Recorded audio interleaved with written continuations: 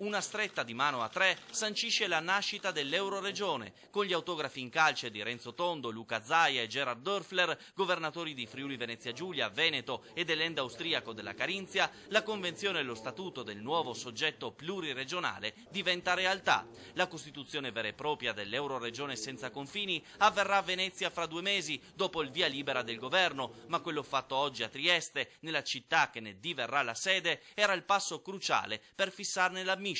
Al vertice trilaterale, cui hanno preso parte anche le 3 giunte regionali, è stata ribadita la volontà di allargare l'intesa anche alla Slovenia e all'Istria croata. Non c'è dubbio, tant'è che oggi erano presenti a questo incontro sia il presidente della contea istriana Jakovčić sia la console slovena a Trieste, ma le ambizioni sono maggiori, come dirà fra poco Luca Zaia, che è quello di estendere anche la Baviera. Questi sono territori che si organizzano, fanno tesoro di relazioni internazionali che esistono storicamente ed è anche l'occasione per ricordare che il riferimento della massa critica lo si fa verso l'Europa ma anche verso gli stati sovrani, visto e considerato che poi noi abbiamo anche questa, purtroppo o per fortuna, situazione logistica che è quella dei territori di confine. Non è un caso che nella storia accada che nasce un'Euroregione con Friuli,